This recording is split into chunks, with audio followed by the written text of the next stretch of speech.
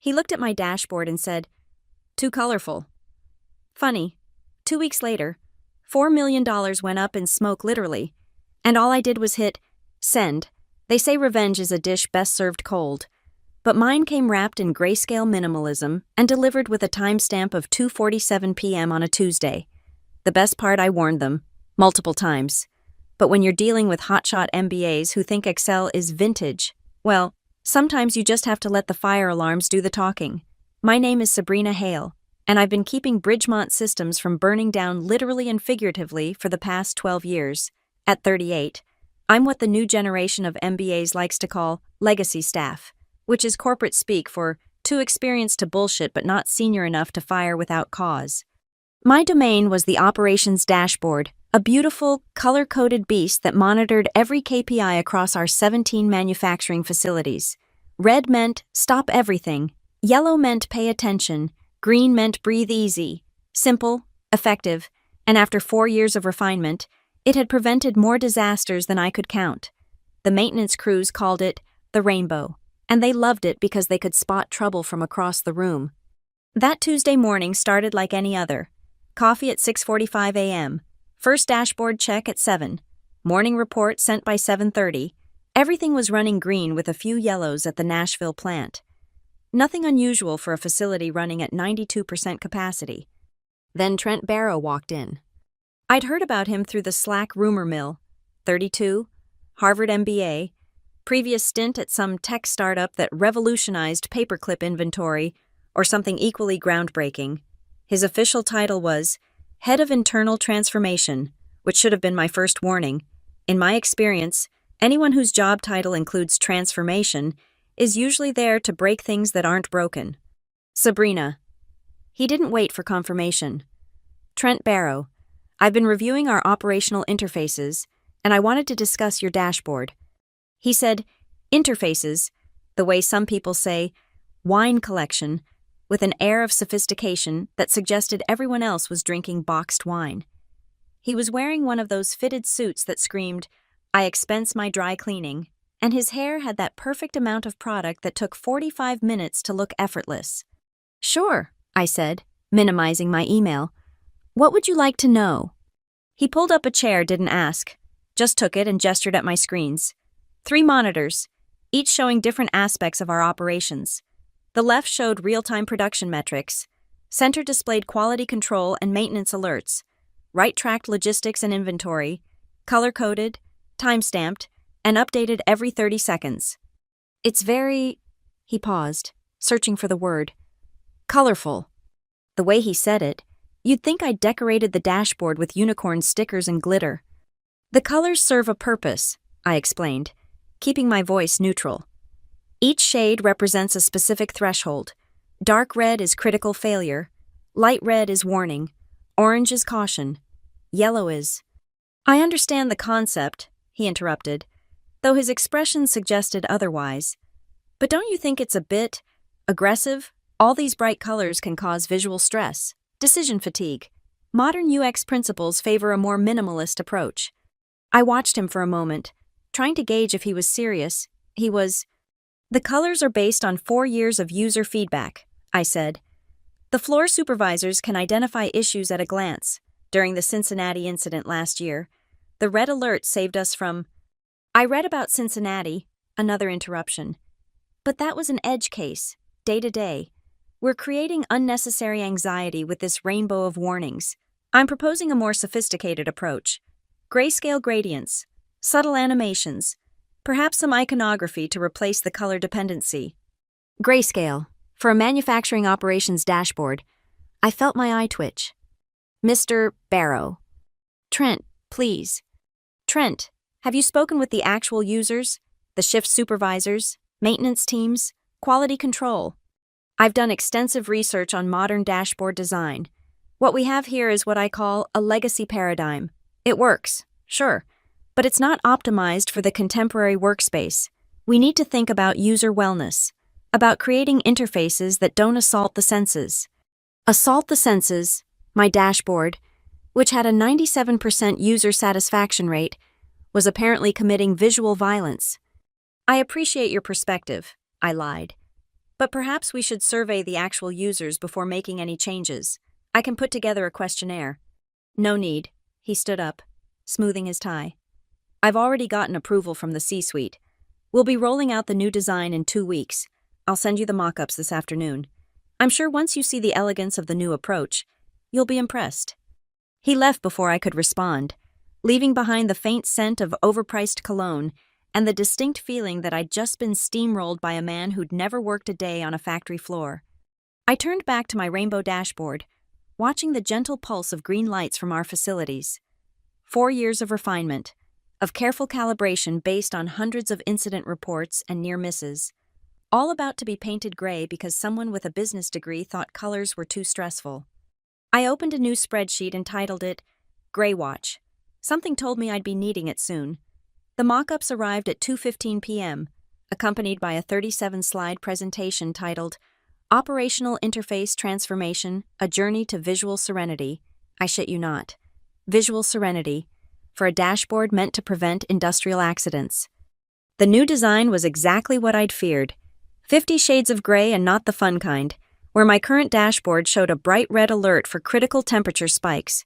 Trent's version displayed a slightly darker gray bar with a subtle pulsing effect. The difference between all systems normal and evacuate immediately was roughly the same as choosing between charcoal and slate at Home Depot. But the real kicker was slide 23, Anxiety Reduction Through Chromatic Minimalism. It featured a graph also in grayscale, naturally claiming that aggressive color schemes increased operator stress by 42%. No source cited, no methodology explained, just a bar chart that looked like it was mourning its own existence. I forwarded the presentation to my personal email, then spent the next hour creating a backup of my entire dashboard system on a USB drive labeled Tax Returns 2019. If Trent wanted to play corporate revolutionary, I'd be the underground resistance. The rollout meeting was scheduled for Monday at 9 a.m., mandatory attendance for all department heads and senior operators. I watched from the back row as Trent commanded the conference room like a TED Talk presenter, complete with a wireless clicker and rehearsed hand gestures. Change is never easy, he began, which is corporate speak for, I'm about to make your life harder. But innovation requires us to challenge the status quo. For too long, we've relied on outdated visual paradigms that create more problems than they solve. Mike Kowalski from the Elkford plant raised his hand, 23 years on the floor, could diagnose a bearing failure by sound alone. What problems exactly? The current system works fine. Trent's smile never wavered. I'm glad you asked. Mike, while the current system is functional, it's not optimal. These bright colors, reds, yellows, oranges, they trigger our primitive fight or flight responses. We're essentially keeping our operators in a constant state of low-level panic. The red alerts are supposed to trigger a response, Linda from Quality Control interjected. That's the whole point. When something's about to catch fire, I want my team panicking a little. But what if, Trent said, clicking to his next slide, we could achieve the same awareness without the stress? Our new grayscale gradient system uses subtle visual cues that inform without alarming. It's the difference between someone screaming fire and someone calmly noting there appears to be smoke. I bit my tongue so hard I tasted copper, in a chemical plant. You want people screaming fire, not hosting a philosophical debate about the nature of combustion. The new dashboard went live the following Wednesday at 6 a.m. I kept my old version running on my personal laptop, comparing the two like watching a split-screen disaster movie. Within the first hour, I noticed 3 alerts that were practically invisible on the gray scale. I documented each one in my spreadsheet time. Severity, visibility rating, potential consequence. By noon, the complaints started rolling in. Terry from maintenance called directly. Sabrina, I can't tell if this pressure reading is normal or if I should be running for my life. It's all just gray. The darker the gray, the more serious the issue, I explained, reading from Trent's manual. They're all dark gray. My monitor settings, the lighting. Who knows yesterday? I could see red from across the room. Now I need to squint at my screen like I'm taking an eye exam. I added Terry's complaint to my spreadsheet, row 17. Trent, meanwhile, was being congratulated. The C-suite loved the modern aesthetic. The board was impressed by his innovative approach to workplace wellness. He even got featured in the company newsletter under the headline, "Thinking Outside the Rainbow: How One Manager is Revolutionizing Internal Interfaces."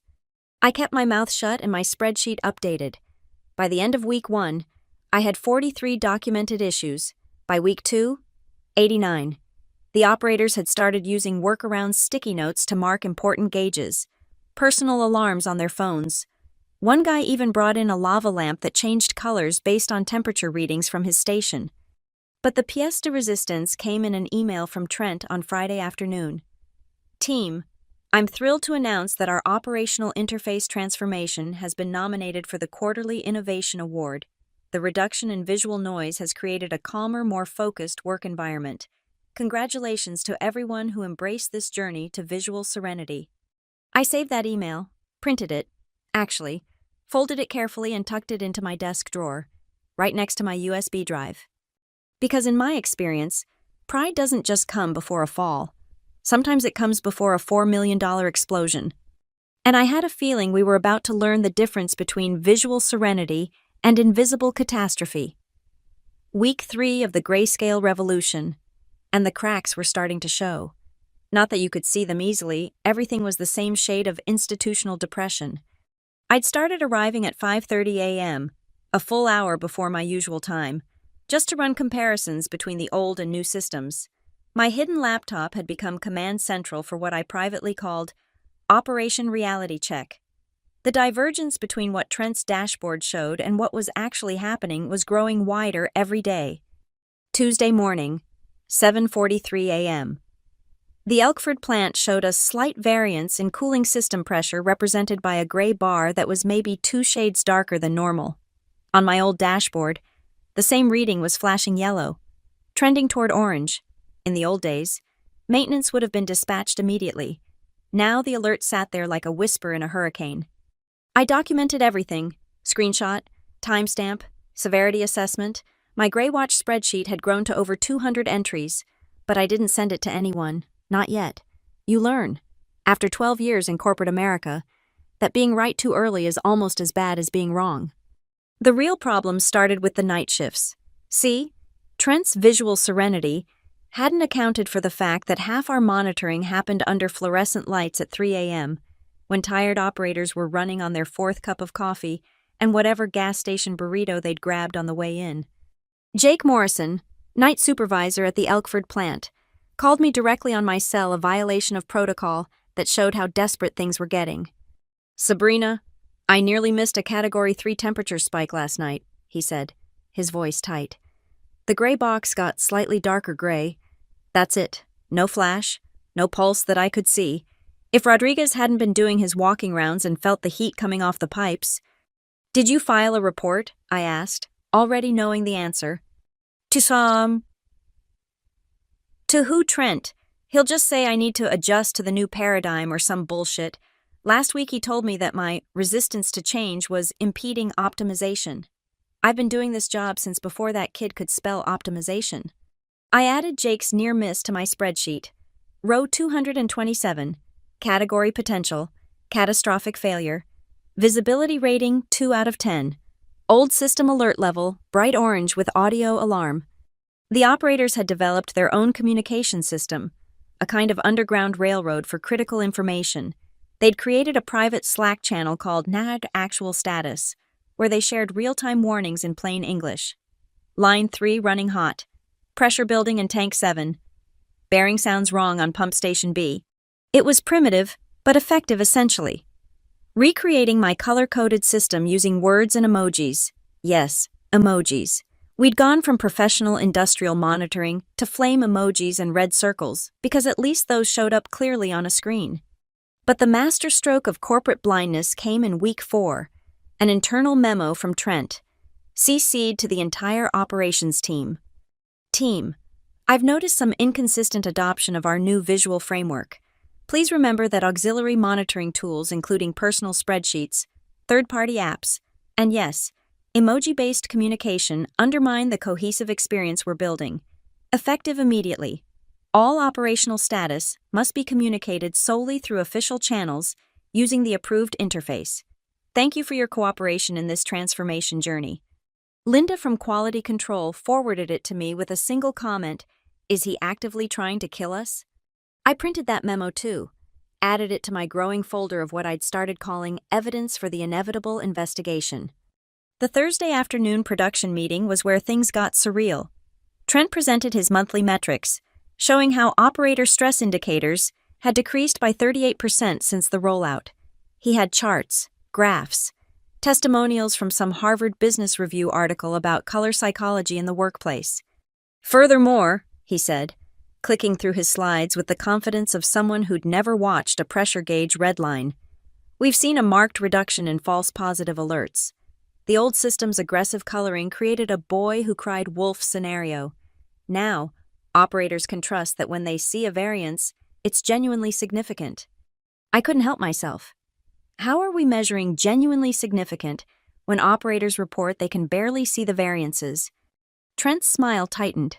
"Sabrina, I understand change can be challenging, especially when we're attached to legacy systems. But the data speaks for itself. Stress is down. False positives are down." "Reporting is down," Mike Kowalski interrupted. "People aren't filing alerts because they can't see them to begin with." "That's an interesting theory," Trent said, in the tone that meant it wasn't interesting at all, but without data to support it. "I have data," I said quietly. The room went still. "Excuse me." I pulled out my phone, opened my spreadsheet app. 243 documented instances where alerts were missed or nearly missed due to visibility issues. 17 Category 3 events that went unnoticed for an average of 43 minutes longer than they would have under the old system. 8 near accidents prevented only by operator experience and manual rounds. Trent's face had gone an interesting shade of, well, I couldn't tell you exactly, because I only think in grayscale now. "If you have concerns, there are proper channels." "I've been documenting through proper channels for 4 weeks, I said. "Every entry time-stamped, categorized, and cross-referenced with the old system's projected response. Would you like me to send you the file?" "That won't be necessary," he said quickly.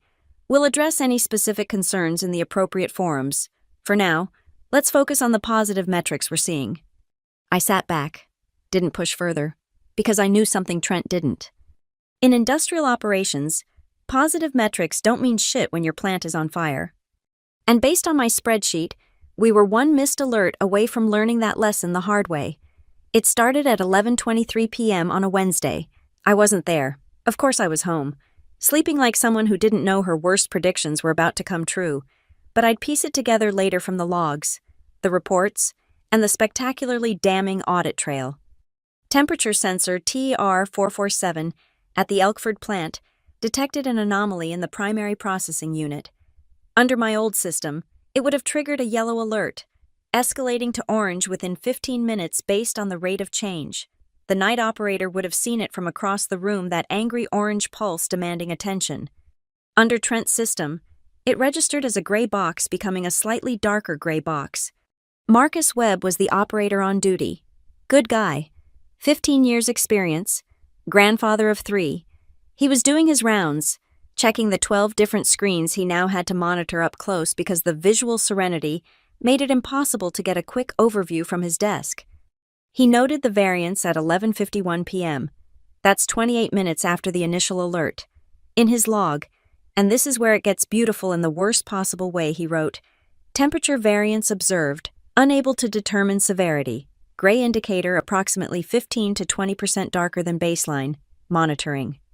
The question marks were his. The fact that a 15-year veteran was reduced to guessing percentages of gray like some sort of industrial paint matcher should have been criminal. By 12:30 a.m., the temperature had climbed another 40 degrees.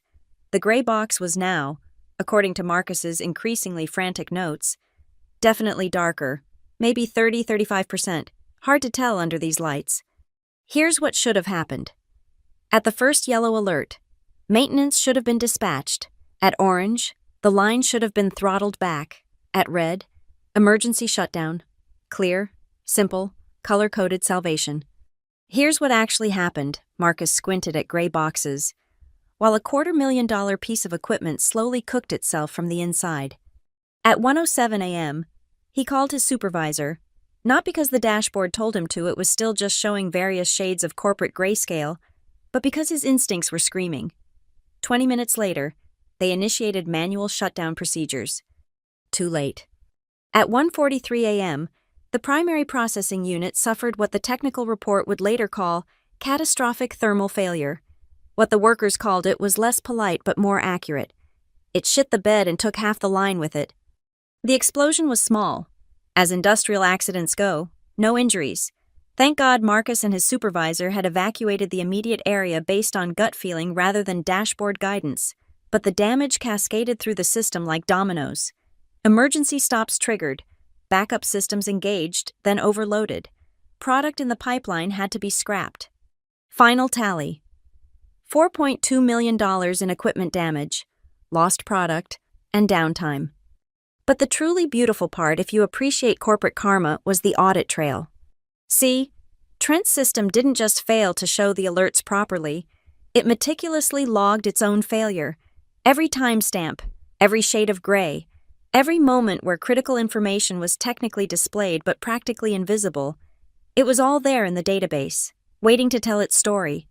When I arrived at 6 a.m. for the emergency meeting, the parking lot looked like a disaster movie. Fire trucks, hazmat teams, corporate security, and enough executives to fill a small yacht.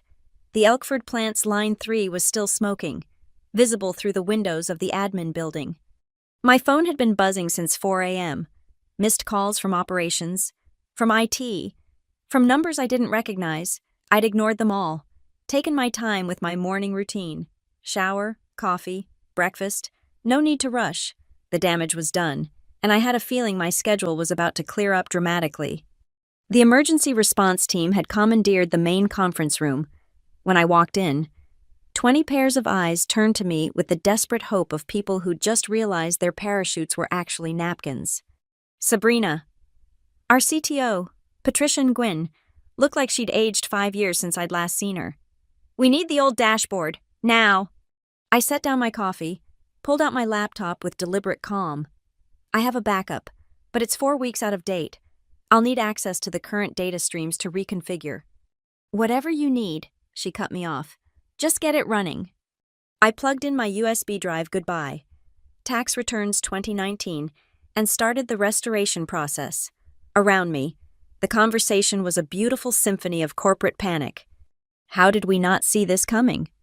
The alerts were there, just not visible enough. Not visible. Morrison says he was basically guessing at shadow puppets. Where's Barrow? That last question hung in the air. Trent, it seemed, had called in sick. Food poisoning. His text had said, "Convenient." As my dashboard flickered to life on the main screen, all those beautiful, anxiety-inducing colors returning like old friends, I heard our CFO mutter, $4 million because someone thought red was too stressful. I could have said something, could have reminded them about my warnings, my documentation, my 243 logged concerns, but I didn't. I just focused on my screen, bringing each monitoring station back online, watching the familiar Christmas tree of green, yellow, and red lights bloom across the display. Marcus Webb wandered in around 8 a.m., still in his work clothes, soot smudged on his face. He looked at the restored dashboard and actually laughed a broken sound that had nothing to do with humor. "There it is," he said. "Clear as day. Red alert on TR 447. He turned to the executives. "You know what I was looking at last night? Gray box number 4 in row 17. Slightly darker than gray box number 3 in row 17. That was our warning system." He pulled out his phone, showed them a photo he'd taken during his shift. A grid of gray rectangles, like some kind of depressing modern art. "I took this to show my wife. She thought it was a broken screen. Turns out she was right."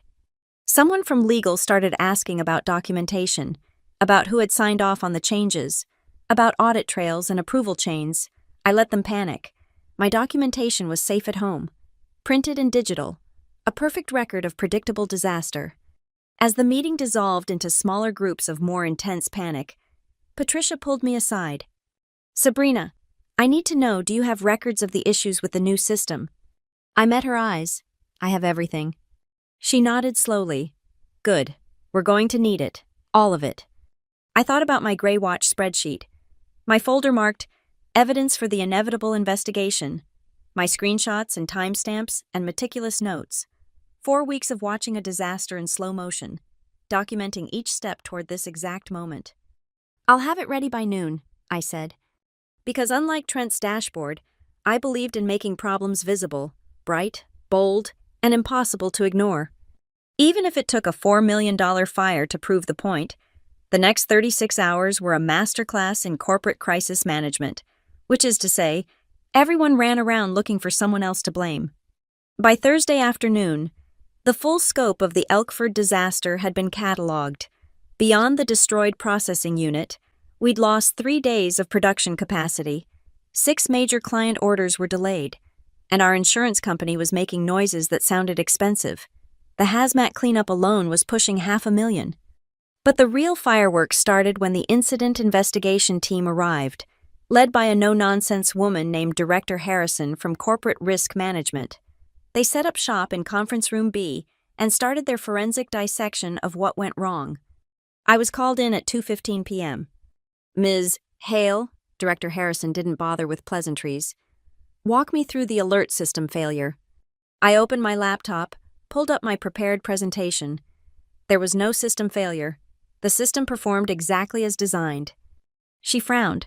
A $4 million accident suggests otherwise. The system displayed the temperature variance at 11:23 p.m. It was visible on the dashboard as a gray indicator showing approximately 15% deviation from baseline gray. I let that sentence hang in the air, savoring its absurdity. You're saying the operator could see the alert.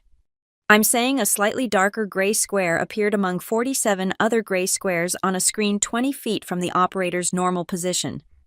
I clicked to my next slide, a screenshot of Trent's dashboard during a simulated critical event.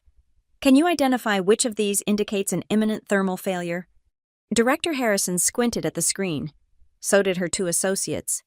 After 10 seconds of silence, one of them pointed hesitantly at a square in the 3rd row. That's the cafeteria coffee machine running low, I said. The thermal failure is box number 23, 7% darker gray. The room got very quiet. I spent the next hour walking them through everything. The original color-coded system, Trent's redesign, my documented concerns, the operator feedback he'd dismissed, the underground emoji communication network that had developed because flame symbols were more visible than his grayscale gradients. You documented all of this, Director Harrison asked, scrolling through my gray watch spreadsheet. Every incident, every near miss, every operator complaint.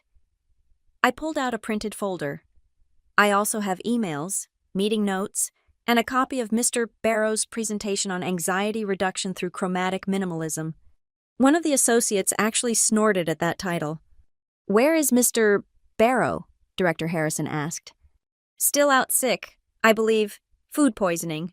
I kept my voice neutral, professional.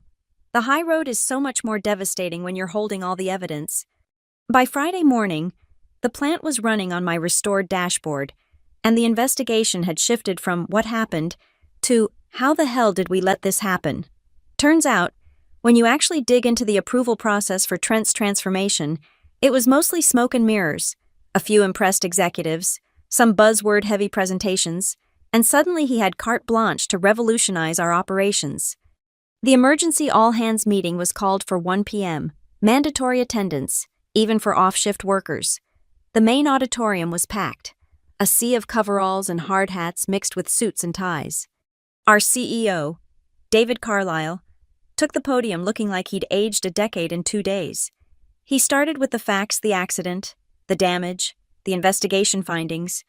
Then he said the words everyone was waiting for. Effective immediately, we are returning to the previous alert system across all facilities. The applause from the floor workers was immediate and heartfelt. I saw Marcus Webb actually wipe his eyes. Furthermore, Carlisle continued, we are implementing new protocols for any operational changes. No system affecting safety monitoring will be modified without extensive field testing and operator approval, period. He went on about lessons learned, commitment to safety, the usual corporate speak, but the subtext was clear: we fucked up. We let someone prioritize aesthetics over function. It won't happen again. As people filed out, discussing the news in small groups, Patricia caught up with me in the hallway. Sabrina, I wanted to thank you. Your documentation was instrumental in the investigation. Just doing my job, I said, and I meant it. My job was keeping people safe, keeping the plants running, making problems visible before they exploded, literally. Also, she lowered her voice, you should know that Mr. Barrow has submitted his resignation. Personal reasons. Food poisoning can be serious, I said with a completely straight face. She gave me a look that said she knew exactly what kind of poisoning had taken Trent down, and it wasn't from bad sushi. As I walked back to my office, I passed the desk where Trent used to sit, already cleaned out, nameplate removed, no trace of the man who'd almost transformed us into bankruptcy. His Innovation Award nomination had been quietly withdrawn, his design philosophy presentations deleted from the shared drive. It was like he'd never existed, except for the smoking crater in our quarterly earnings. I sat down at my desk, looked at my 3 monitors showing the familiar rainbow of operational status, green lights across the board, with a few yellows at the Nashville plant still running at 92% capacity, still needing attention, still visible from across the room. Mike Kowalski knocked on my doorframe. Hey, Sabrina. Just wanted to say thanks for keeping the old system, for documenting everything, for not saying, I told you so, even though you'd have every right. We all want the same thing, Mike, safe operations, clear communication, everyone going home at the end of their shift. Yeah, well, some of us forgot that for a while there, he paused. You know they're calling it the gray day out on the floor like it's already legend. I smiled. Better than calling it the day everything caught fire. True that. He gave me a small salute and headed back to his station.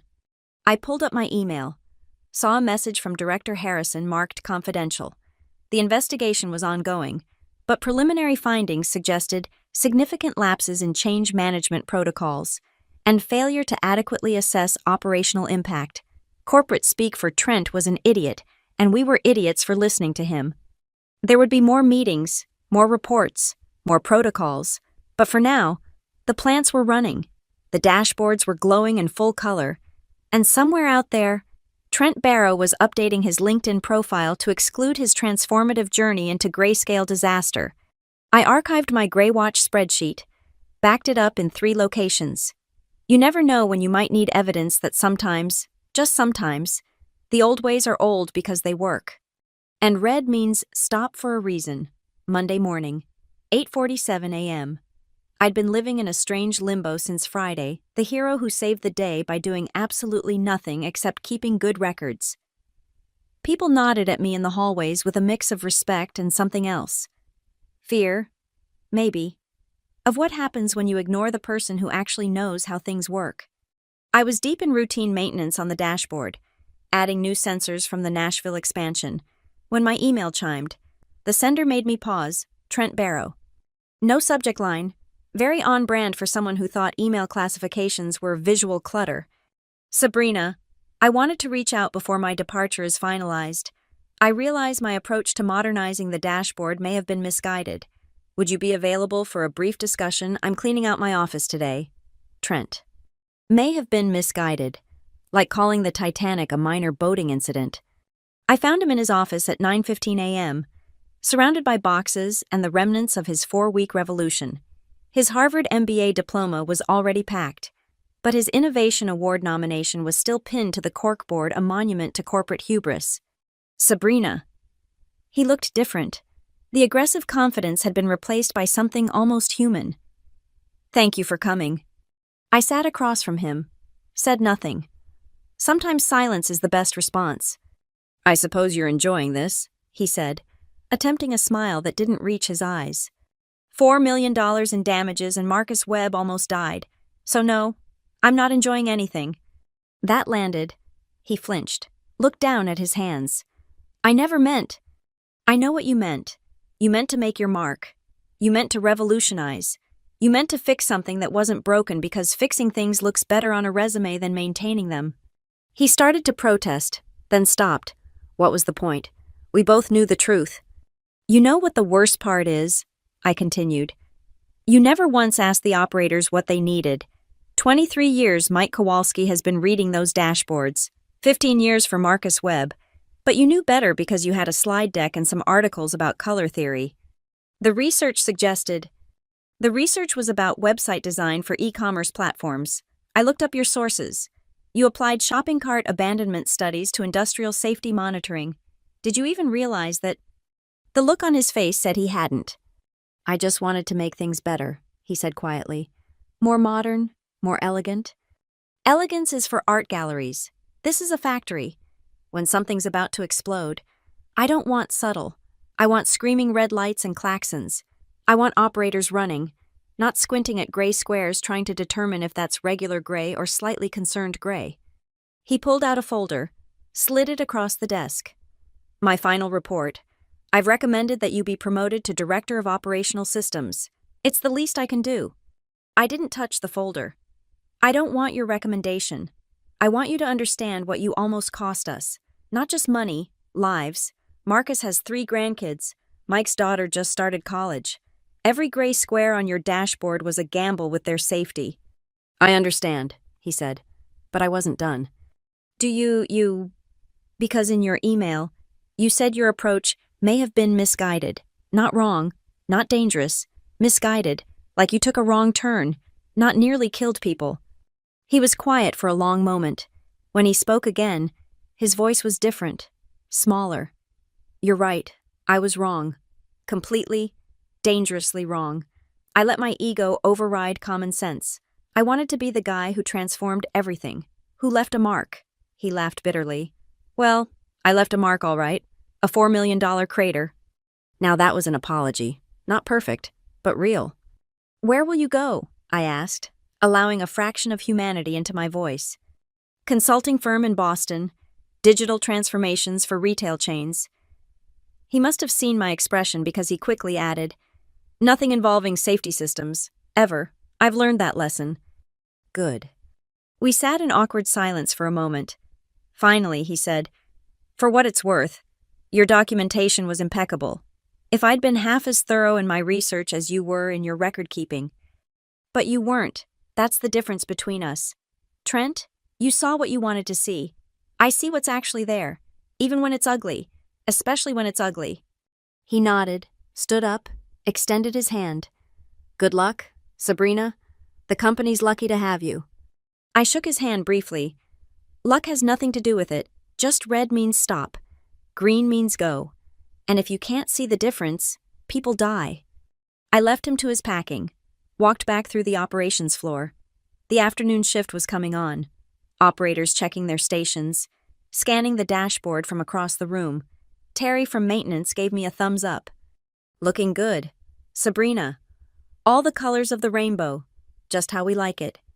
That's the idea. Terry, boring and visible.